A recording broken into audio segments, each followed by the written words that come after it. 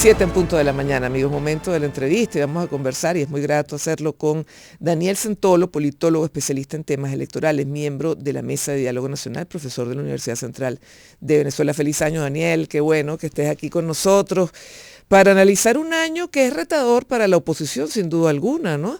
La gran interrogante, ¿logrará unirse la oposición? Bueno, ante todo, Marisabel, muchas gracias por la invitación.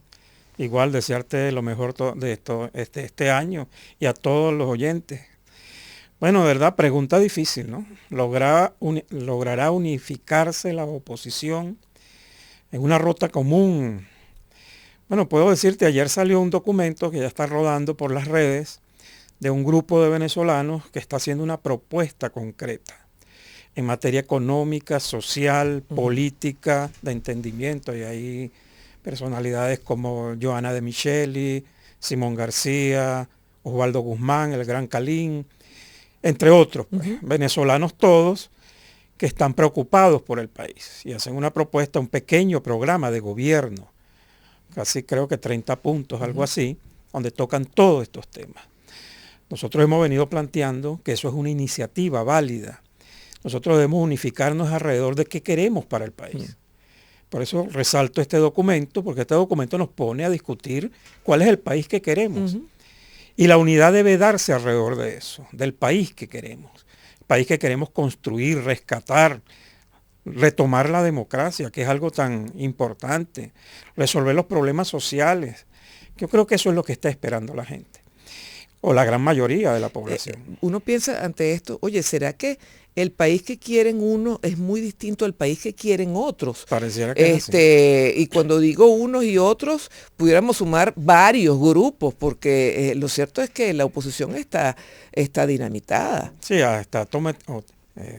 lamentablemente es una realidad. Sí. Desde el 2015 para acá nosotros no hemos podido sentarnos en una mesa. En el 2015, cuando se gana la Asamblea Nacional, veníamos de un proceso de unidad. Recuérdate, estuvo Guillermo Aveledo, estuvo Chugo Torrealba, bueno, y logramos obtener un triunfo político, electoral. Lamentablemente, desde el 2015 para acá, la oposición no se ha vuelto a sentar en una mesa. El éxito tiene muchos dueños, pero el fracaso Exactamente, claro, muchos se engolosinaron con ese triunfo, pensaron que ya el mandado estaba hecho, bueno, y aquí están los resultados. Y jugaron al corto plazo. Jugaron al corto plazo, bueno, y este corto plazo nos está costando más de 8 años. Entonces, bueno, ahí hay una realidad, por eso digo, la unidad debe verse alrededor de un proyecto de país. ¿Qué vamos a hacer los venezolanos con el problema grave de la indigencia, de la pobreza? ¿Qué vamos a hacer con PDVSA? ¿Qué vamos a hacer con esa industria que cada vez que aumenta el petróleo, el precio del petróleo, bueno, hay una bonanza, pero el país inmediatamente que pasa la bonanza cae en un proceso de destrucción? Entonces, bueno, yo ahí creo que hay que sentarnos. O sea, que hay que hacer una mesa de diálogo, pero de la oposición una primero. Mesa de diálogo y después invitar al gobierno. Porque nos guste o no nos guste, el gobierno no se va a mudar de Venezuela, va a estar allí. Tienen gobernaciones, tienen alcaldías, bueno, tienen los poderes públicos en su gran mayoría, tienen la Asamblea Nacional, que debería ser un centro de debate hacia dónde vamos políticamente hablando. Bueno, eso hay que impulsarlo. Mucha gente dice que esta no es la vía, por lo que tú llamabas el inmediatismo, que cómo es posible que vamos a cohabitar con un gobierno. Bueno, pero si esa es la realidad, todos los venezolanos vivimos en este país. Bueno, a menos que te quieras ir, ¿no? Hay una gran diáspora. Eso es lamentable, pero son realidades sociales que estamos atravesando. Entonces, bueno, ese documento da pie a sentarnos, a dialogar hacia dónde vamos, cómo vamos a resolver nuestras diferencias políticas, en lo económico. Venezuela tiene una crisis económica. Bueno, tú escuchas a los economistas y cada quien te da una versión. Sentarnos a ver cuál es la ruta, una ruta compartida. El Banco Central de Venezuela va a seguir con la política económica que estamos hasta ahora. Y hay que empezar a avanzar en eso. Nosotros no podemos esperar el 2024. Hay muchos venezolanos que no van a llegar al 2024. Van a morir a mengua, van a morir en un hospital, van a morir de hambre. Uno camina a las calles de Venezuela, sobre todo Caracas, y uno ve la miseria, te explota en la cara a diario. Bueno, eso hay que atenderlo ya. El problema de los servicios públicos, el transporte.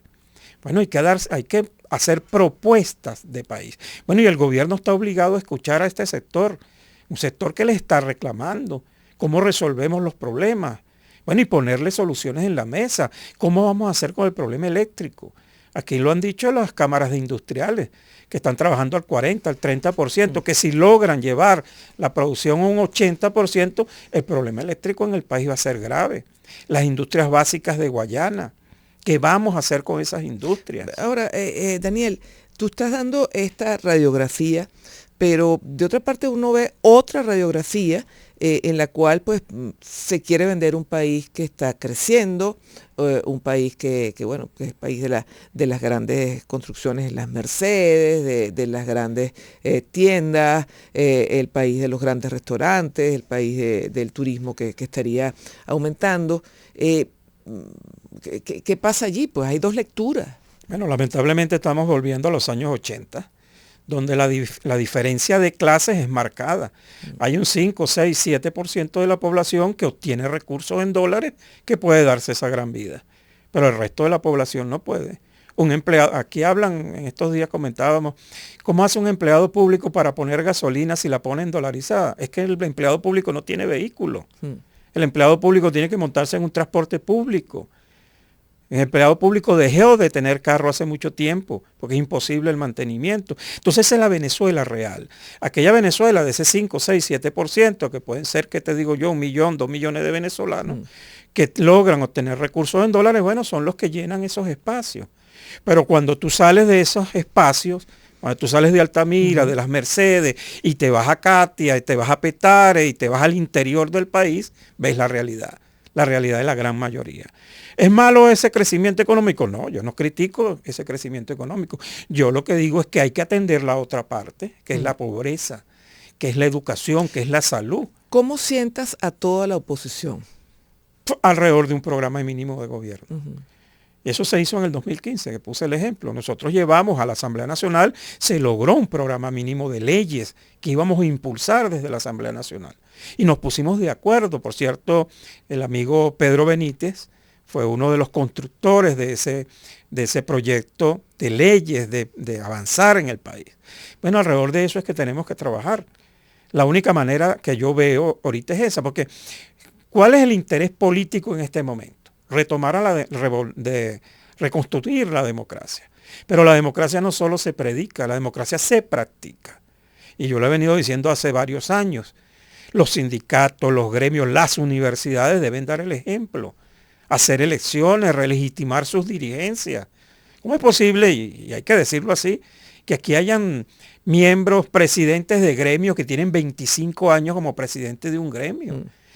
La CTB tiene 22 años que no hace un proceso electoral. Entonces criticamos al gobierno porque no es democrático.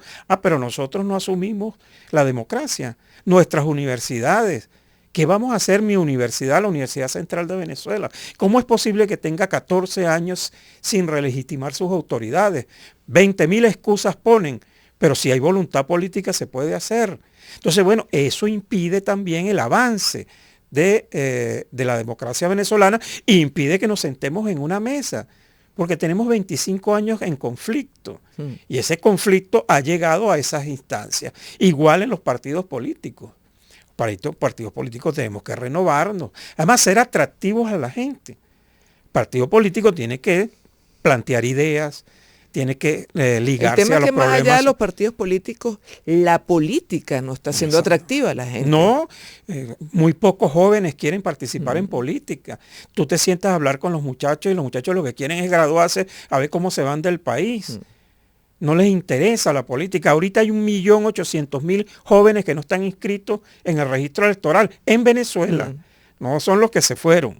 El Consejo Nacional Electoral, el rector Enrique Márquez lo advirtió. 1.800.000 jóvenes no están inscritos en el registro electoral. ¿Qué te dice eso? Que no les interesa.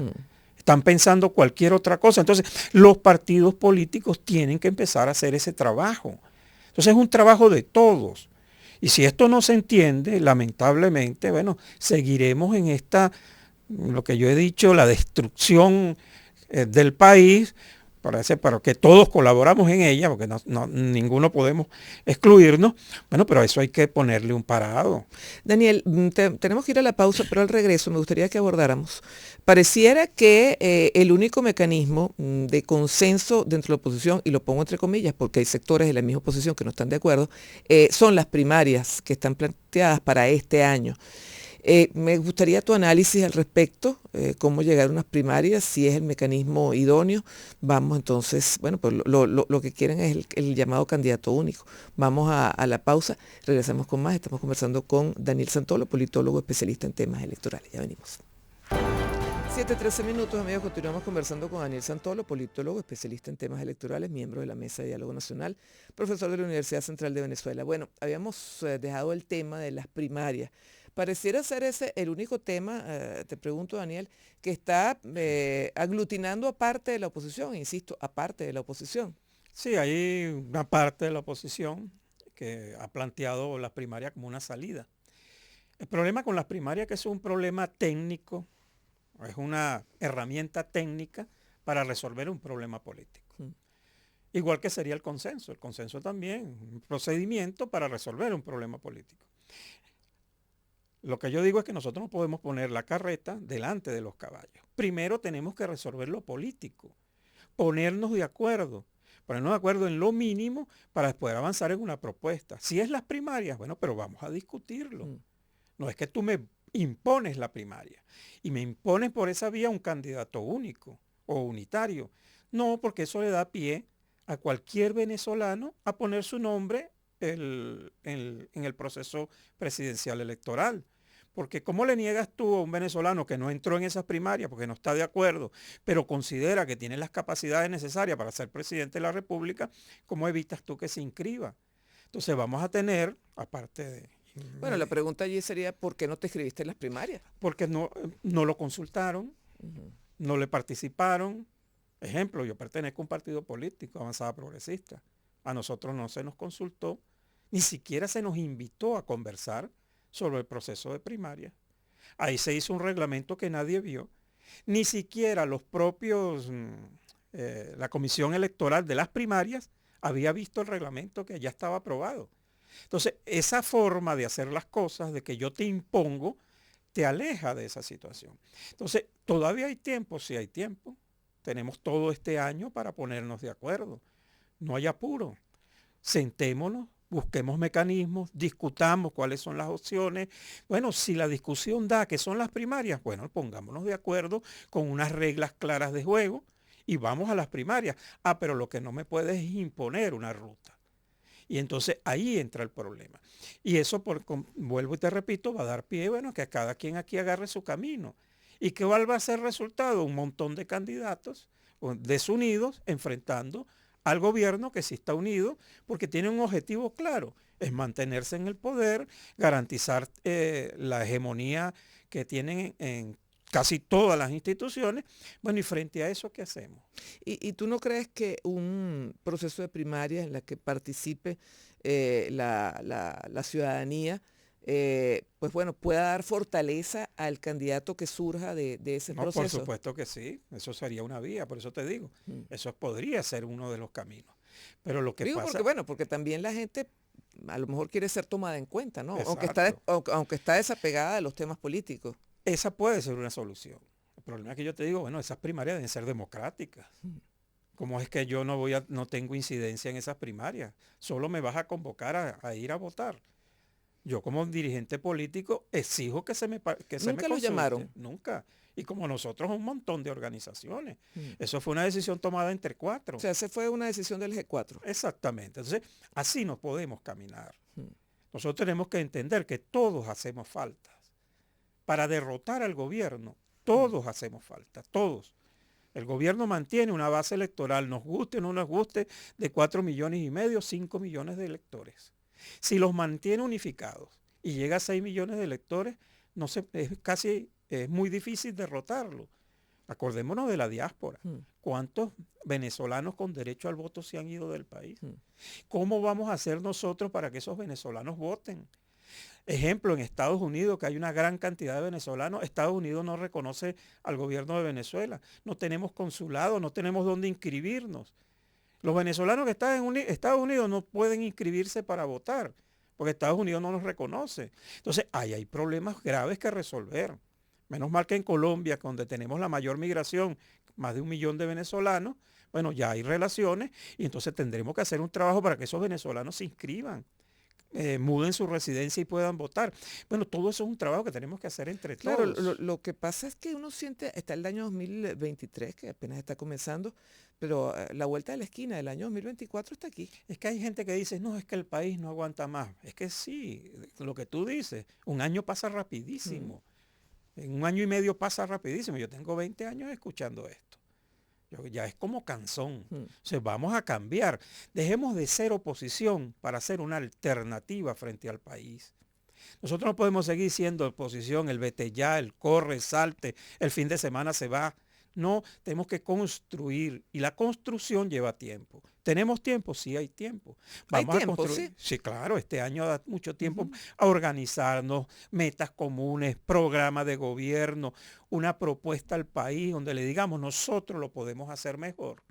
Nosotros podemos resolver los problemas económicos, sociales, todo. Eso hay que plantearse, porque si no, ¿cómo enamoras a toda la gente para que Proyecto vote? País hay varios, las academias han hecho proyectos país. Recientemente Fede Cámaras en su asamblea hizo también La Cámara tiene un trabajo excelente sobre un cómo resolver el proyecto problema país. económico del país. Y uno siente, bueno, que lo que hay son proyectos y proyectos y proyectos, o sea, ideas hay. Bueno, por eso tenemos que concretarlo en 10 ideas concretas, comunes para todos y convertirlo en una campaña electoral. Que la gente te lo compre. Tú no le puedes llevar un librote hacia la gente de propuestas, ¿no?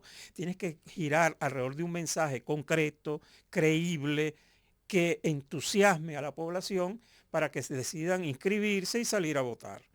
De lo contrario, la gente va a seguir en su casa porque no ve una propuesta. Entonces, eso le corresponde ¿a quién? A los partidos políticos. Hay un tema también, te pregunto, tú que eres experto en política, ¿no será que nos hemos vuelto también ante la situación que estamos viviendo los venezolanos? Bueno, nuestro problema es el día a día y no estamos mirando al futuro. Pues. O sea, el problema es el árbol y no el bosque que hay detrás. Mira, eso está estudiado sociológicamente hace años.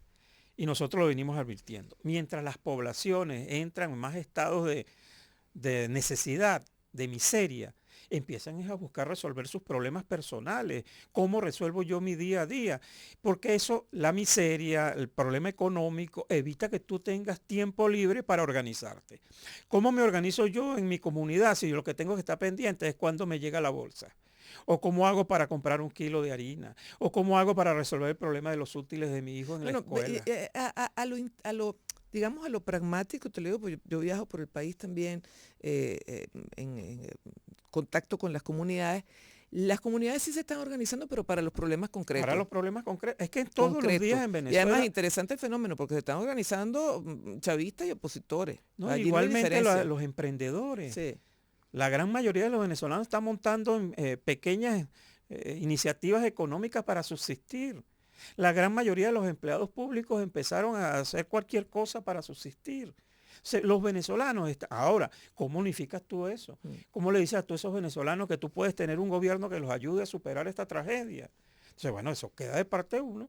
Yo no le puedo decir a reclamar a la población que se está dedicando a resolver sus problemas. Eso es lo lógico, eso es el sentido común. Ahora, yo como político, como miembro de una organización política y los demás, debemos buscar un mecanismo para que esa gente entienda que ese problema lo podemos resolver entre todos. No es una cosa individual, es un problema de país. Pero bueno, eso le corresponde a uno, el venezolano. Uno siente que muchos dirigentes políticos después de las elecciones lo que hacen es reclamarle a la gente, ustedes que no votaron. No, eso es culpa de uno. Y uno dice, pero no bueno, ¿será que no fuiste lo suficientemente atractivo para...? Claro, y eso pasó, y yo lo tengo que decir, el 2018 en las elecciones electorales, cuando apoyamos a Henry Falcón, bueno, no logramos convencer a la gente. Eso es una realidad. A decir que es culpa de la gente, no. No hubo un convencimiento, la gente no vio en nosotros una posibilidad de cambio. Bueno, ¿y qué pasó? Bueno, votaron nuevamente por el gobierno. Entonces, o te conviertes en una alternativa de gobierno que enamore, que convenza a la gente, o la gente no se va a movilizar, o muy poca gente se va a movilizar. Entonces, eso es una realidad. Y esa ¿Será realidad que tenemos que también atacarla? el venezolano no ve entre los dirigentes políticos que están aspirando, uno piensa que están esperando la posibilidad de que sea esa persona, y bueno, por aquello entonces están esperando el outsider, alguien que lo... A eso iba, te iba a hablar del Sí. outsider.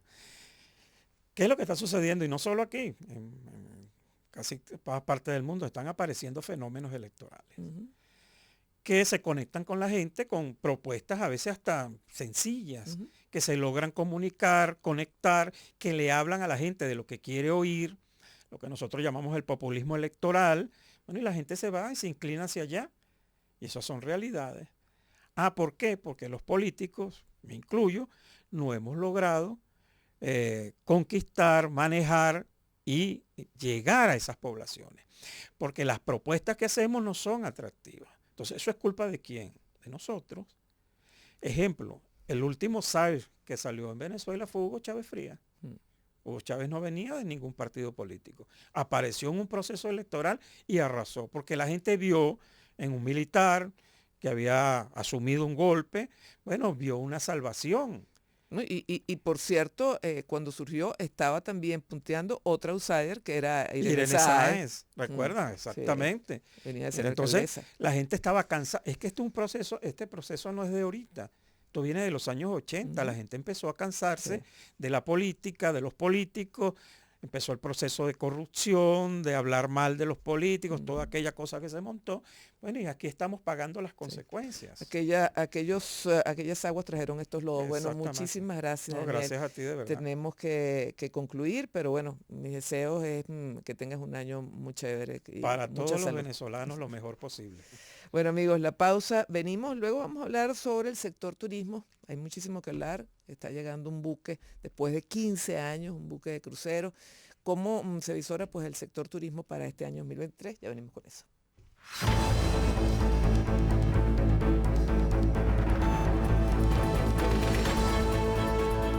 Vida Pets, el segundo hogar de